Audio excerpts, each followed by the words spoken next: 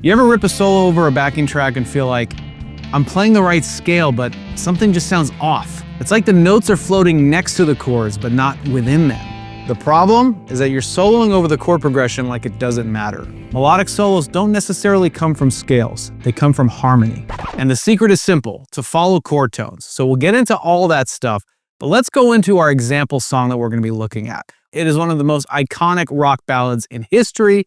Every Rose Has Its Thorn by Poison. I picked this song because it's super easy. It's only got a handful of chords and they're super simple. So whether you're an acoustic or an electric player, this will totally work.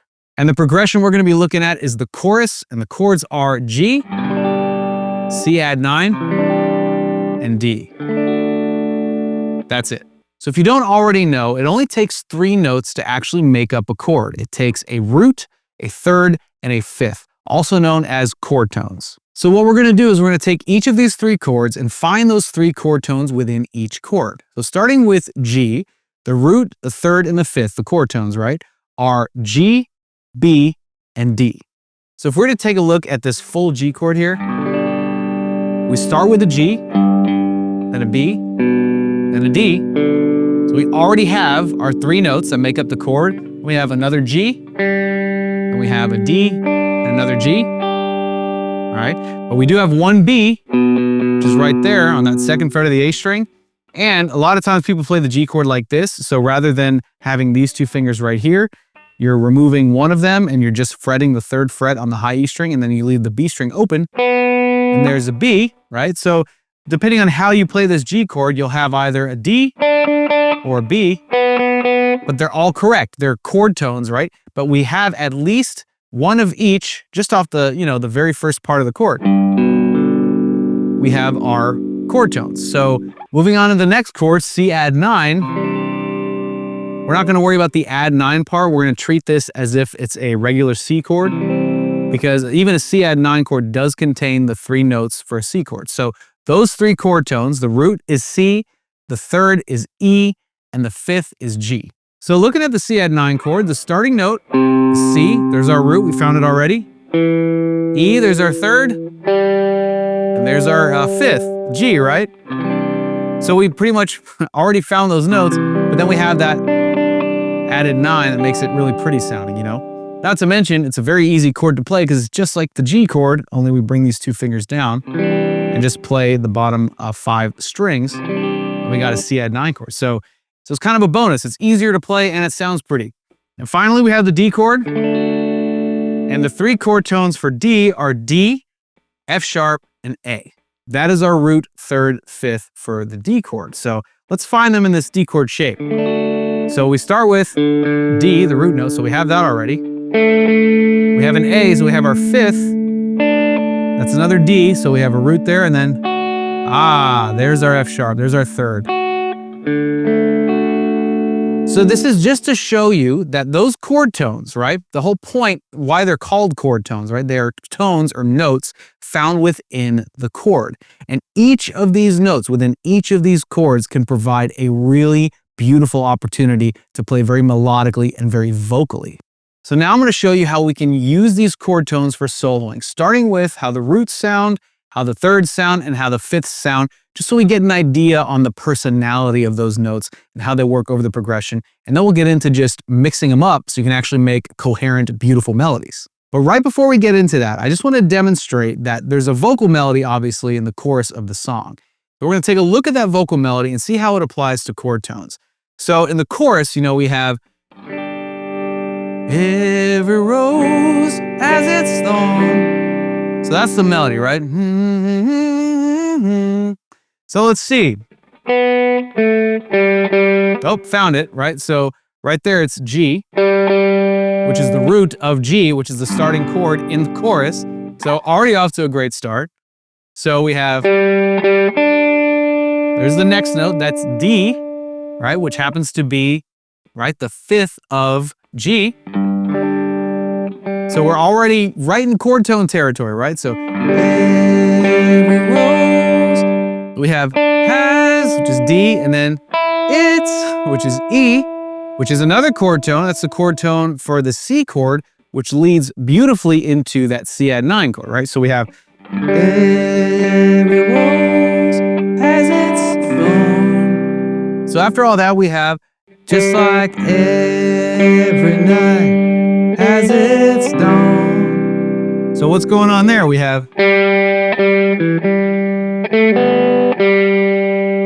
so we have G, G, B, G, all right, and then A, B, G. All of these notes are chord tones, right? They're all chord tones from this progression, which makes sense because this melody works beautifully over this chord progression, right? It's a super catchy song. Millions of people know it. Most people can sing it if you ask them to, right? They can hum it at least, right? It's a very, very memorable melody. So those chord tones are what really gave the information, right, to discover those melodies and realize how it works so well. So now that we've established proof of concept, let's talk about how we can take the roots, the thirds, and the fifths of all of these chords and see how they work over that chorus progression. So I'm just going to focus on the roots right now. So G, C, and D, the roots of each chord in the progression. So G, open G, first fret, right here on the B string, that's C, and then third fret, that's D. So I'm going to go ahead and play a loop of the chorus chord progression, and let's just see how it sounds.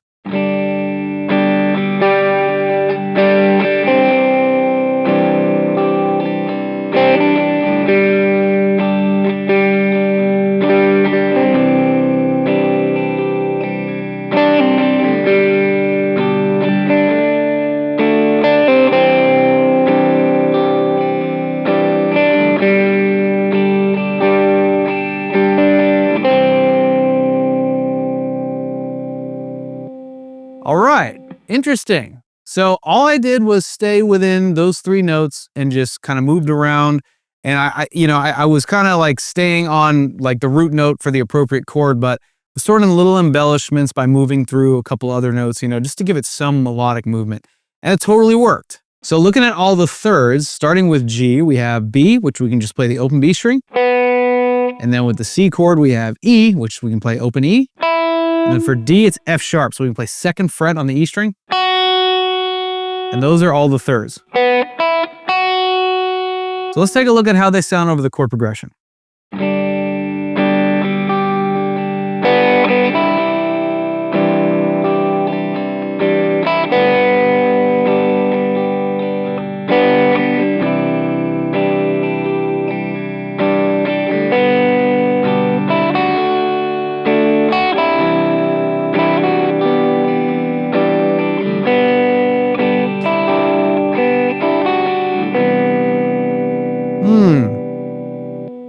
Interesting. So there's definitely some vibe there, right? Each of these chord tones kind of has their own thing, their own vibe.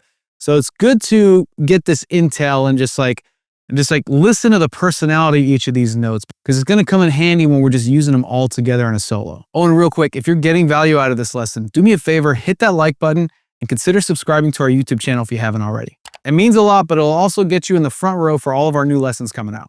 So thanks in advance, and let's get right back to it.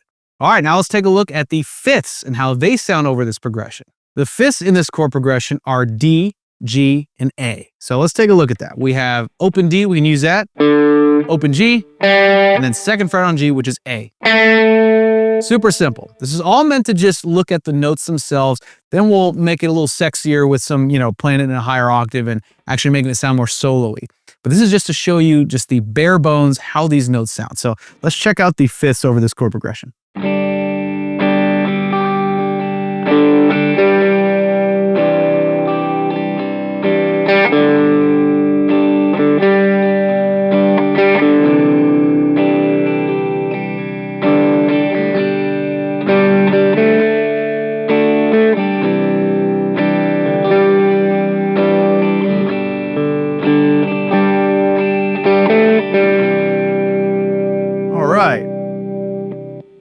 They also have their own thing, right? So each of these chord tones has its own vibe. So now what we're going to do is we're going to take these notes and move them up an octave. Now, if you're an acoustic player and you can't go past the 12th fret, that's totally fine. You can stay within the open position and this will totally work. Just want to zhuzh it up and give it some things like vibrato and all that kind of stuff to make it sound a little more lifelike, But if we're going to move this an octave up, we're just going to focus on these notes. Starting on the 12th fret of the D string, we're going 12th fret, 14th fret, same on the G string. And then on the B string, we have 12, 13, 15. And then on the high E string, we have 12, 14, 15. So you may recognize this as part of a scale pattern, which you'd be correct. It's kind of a fragment of a scale pattern that might cover all 6 strings. But all we need are these notes starting on the D string because they contain all of the chord tones, right? We have a D, an E, a G, an A, a B, a C, a D, another E, an F sharp, and a G. So now that we have this pattern of the chord tones, I'm just going to play through it over the chord progression and just kind of feel my way through it, right? The cool thing is a lot of these notes, not all of them, but a lot of these chord tones are shared by other chords in the progression. So you don't have to think so hard about towing the line of making sure that you're playing the right roots on the right chords. Obviously that helps, and it's good to have command over being able to do that.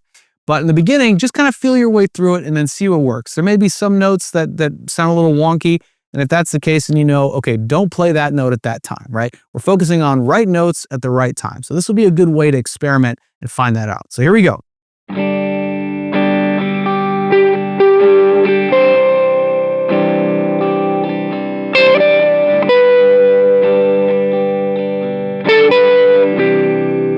Kind of following the melody of the song a little bit.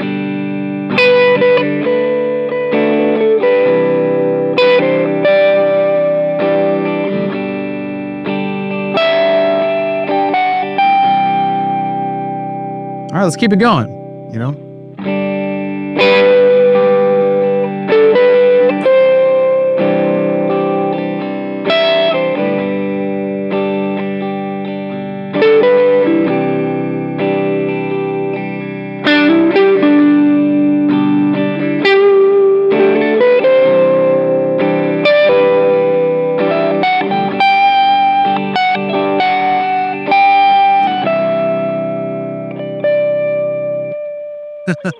All right. Now imagine taking what we just learned and doing it over any key in any style, pretty much any chord progression. And not just that, but doing it without having to pause and overthink about every single chord and scale shape.